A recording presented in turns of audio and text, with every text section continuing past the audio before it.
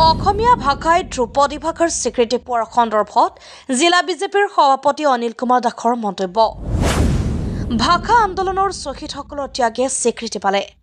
অসমীয়া ভাষাই ধ্ৰুপদী ভাষাৰ স্বীকৃতি পোৱাৰ সন্দৰ্ভত ভাৰতীয় জনতা পাৰ্টীৰ বৰপেটা জিলাৰ সভাপতি অনিল কুমাৰ দাসে আনন্দ প্ৰকাশ কৰি কয় যে অসমীয়া ভাষা জগত সফালৈ যোৱাৰ আৰু এখন উল্লেখযোগ্য দুৱাৰ মুকলি হ'ল। অসমীয়া ভাষাই লাভ কৰা এই স্বীকৃতিৰ বাবে প্ৰধানমন্ত্ৰী নৰেন্দ্ৰ মোদী, অসমৰ মুখ্যমন্ত্ৰী ডক্টৰ হিমন্ত বিশ্ব শৰ্মা, কেন্দ্ৰীয় মন্ত্ৰী সৰ্বানন্দ সোণোৱাল আৰু ৰাজ্যসভাত বিষয়টো উত্থাপন কৰাৰ বাবে দাসে কেন্দ্ৰীয় ৰাজ্যিক মন্ত্ৰী পবিত্ৰ মাৰ্ঘেৰিটাক বিশেষভাৱে ধন্যবাদ জনায়। সভাপতি দাসে লগতে কয় যে ধ্ৰুপদী ভাষা হোৱাৰ ফলত অসমীয়া ভাষাক লৈ বিশ্ববিদ্যালয়ত আসন প্ৰতিষ্ঠা হ'ব, নতুন নতুন গৱেষণাৰ কাম আৰম্ভ হ'ব।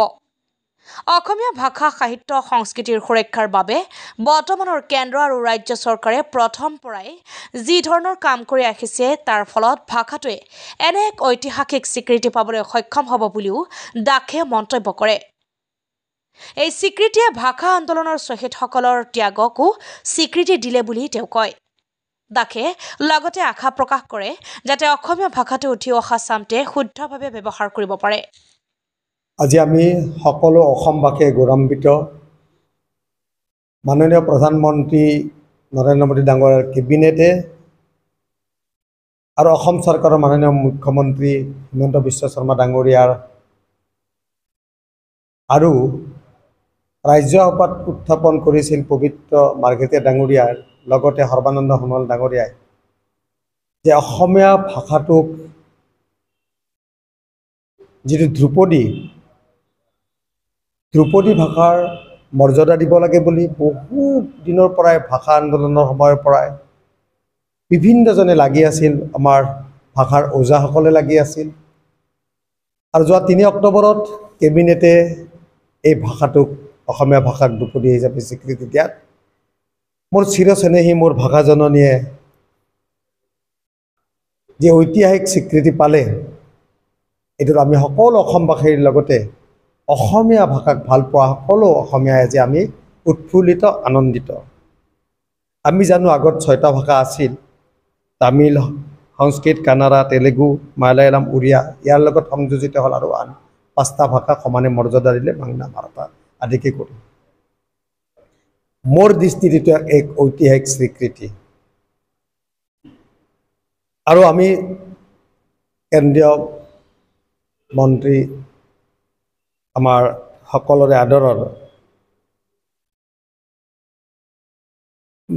নৰেন্দ্ৰ মোদী ডাঙৰীয়াৰ লগতে প্ৰধানমন্ত্ৰী নৰেন্দ্ৰ মোদী ডাঙৰীয়াৰ লগতে অমিত শ্বাহ, সাংস্কৃতিক মন্ত্ৰী গৰ্জেন শেখাৱত, শিক্ষামন্ত্ৰী ধৰ্মেন্দ্ৰ প্ৰধান ডাঙৰীয়াক আমি ধন্যবাদ জ্ঞাপন কৰিলোঁ।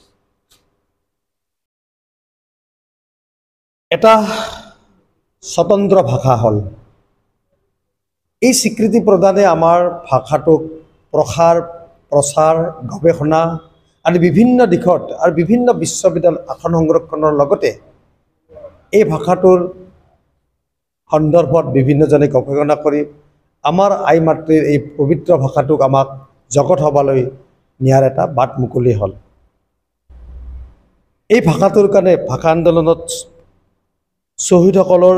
শ্বহীদৰ সৰ্বোচ্চ ত্যাগৰ আজি আমি অযুত স্বীকৃতি পালোঁ।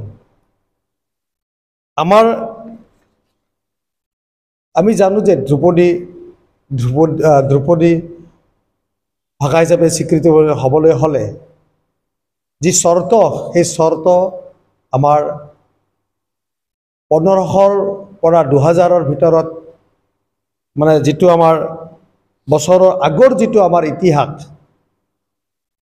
পূৰ্ণ তথ্য, প্ৰাচীন সাহিত্যৰ লিপিবদ্ধ এইবিলাক সকলো প্ৰমাণ থকাৰ কথাটো প্ৰমাণিত হ'ল আৰু প্ৰতিবেদন আগতে আমাৰ যিসকলে প্ৰতিবেদন দাখিল কৰিছিল সময়ে সময়ে আজি আমাৰ সেই স্বীকৃতি পালোঁ। দেশী বিদেশী 62জন দেশী বিদেশী ভাষাবিদে আমাক স্বীকৃতিৰ কথাটো তেখেতসকলে উল্লেখ কৰিছিল আৰু আমি জনাত এইটো শিৱৰ লগত কামদেৱৰ সময়ৰ পৰাই এনেকুৱা মানে যেতিয়া কামদেৱে পুনৰ মানে প্ৰতিষ্ঠিত হ'ল মদন, তাতেও উল্লেখ আছে সেই ভাষা তাৰমানে কিমান পুৰণা ভাষা আমাৰ অসমীয়া ভাষাটো, ঐতিহ্যময় ভাষাটো। আজি নৰেন্দ্ৰ মোদী ডাঙৰীয়াক আৰু হিমন্ত বিশ্ব শৰ্মাক ধন্যবাদ এই কাৰণে দিব লাগিব, প্ৰকৃততে অসম আন্দোলনৰ শ্বহীদক মৰ্যাদা, ভাষা আন্দোলনৰ শ্বহীদক মৰ্যাদা, জাতি মাটি সুৰক্ষাৰ দিশত অসমক সুৰক্ষিত কৰা, এই গোটেই সমস্ত কামখিনি যিখিনি ভাষা আন্দোলন হওক, অসম আন্দোলনত অসমীয়া জাতিয়ে যিটো বিচাৰিছিল, যি সংৰক্ষণৰ সুৰক্ষাৰ সকলো কথা আজি আমাৰ চৰকাৰে এটা এটাকৈ পালন কৰিবলৈ গৈ আছে।